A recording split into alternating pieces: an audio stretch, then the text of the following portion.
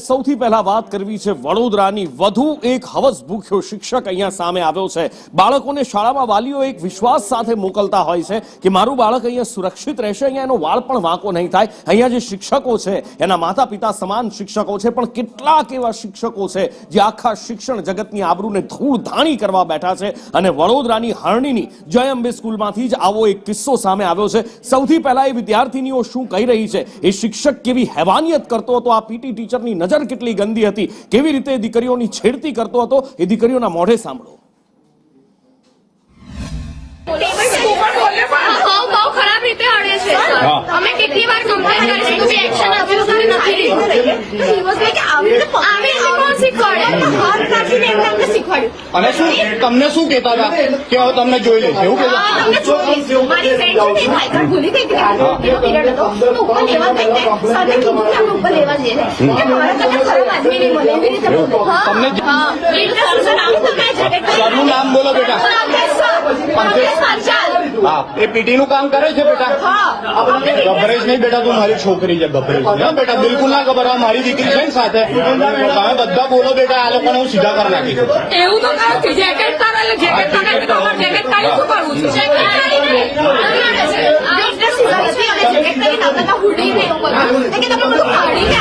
શાળાની હંમેશા zero tolerance પદ્ધતિ રહી છે।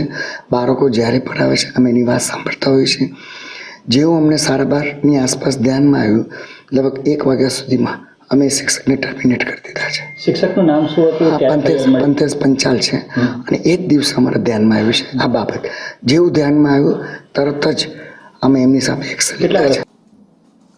વધુ માહિતી સાથે કૃણાલ લાઈવ જોડાયા છે। કૃણાલ, આ લંપટ શિક્ષક હતો, દીકરીઓ ઉપર ખરાબ નજર નાખતો હતો, શાળાએ ઘર ભેગો તો કર્યો છે, પણ હવે જરૂર એ છે એ પગલું ભરવાની કે એને ક્યાંય પણ કોઈ શાળામાં નોકરી ન મળે।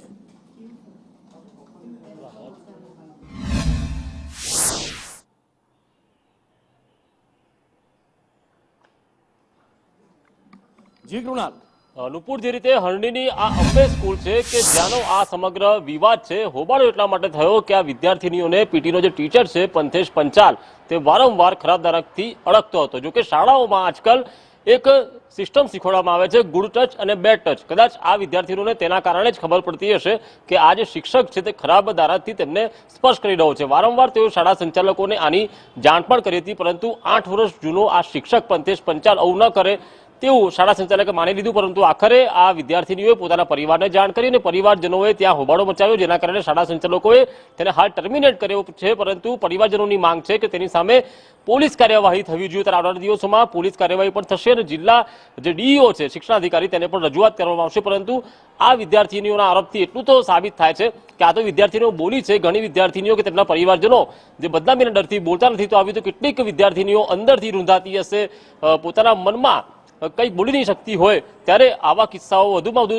સામે આવે, લોકો પરિવારને જાણ કરે બાળકીઓ, તે પણ જરૂરી બન્યું છે।